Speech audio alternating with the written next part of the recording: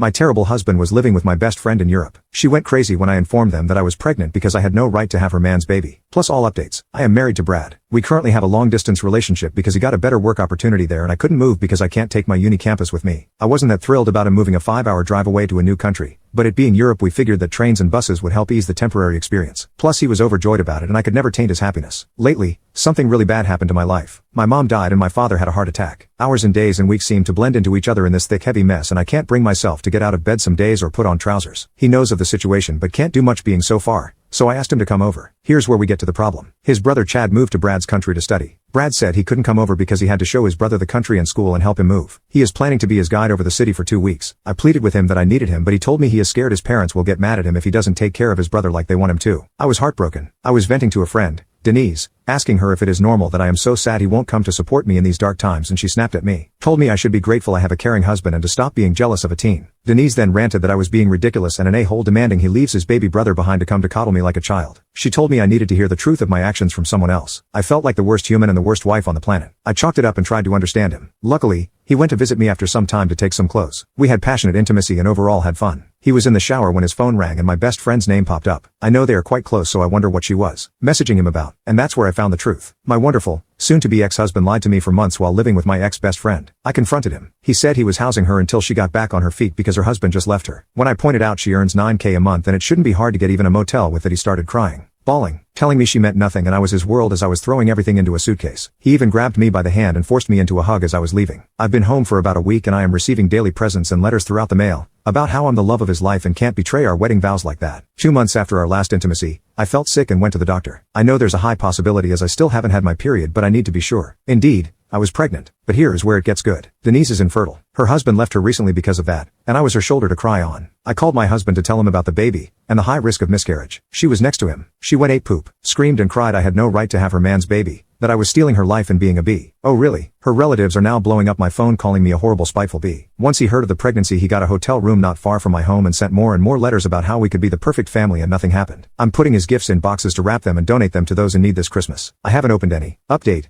3 days after I informed my husband, I lost my baby. I take heart meds for a condition I got from my dad, one of those being blood thinners. When I miscarried, it was flowing and I honestly thought I would be dying. I was on my knees in pain and the massive blood loss coupled with the already severe anemia made me very dizzy and confused. I called the fire department and managed to stay lucid until they came. It was traumatizing. My husband came home when he heard of the pregnancy and was staying at the budget hotel on the other side of the road. When he saw the fire trucks pulling to our house, he ran over to ask what was happening to his wife. He followed the ambulance to the hospital and came in pretending he was my dear old husband being so concerned for me. I didn't need much, just a blood transfusion, iron and other IVs, and some painkillers. They also gave me meds to finish the job and recommended rest. No English words to describe how gutted I was when I woke up to his concerned face next to me. We fought. I told him I never wanted to see him again and was serving him papers soon. He said I was his wife that he loved more than anything in this world and was deeply concerned for. What love when you were living with your affair partner? He pulled out his phone, broke up with Denise on speakerphone, and asked me if I wanted him to make a Facebook post where he told everyone about his infidelity. I told him he could go F himself for all I cared. Every time I wake up, there he is, tidying up my room, changing the flowers in the vase, peeling my fruit,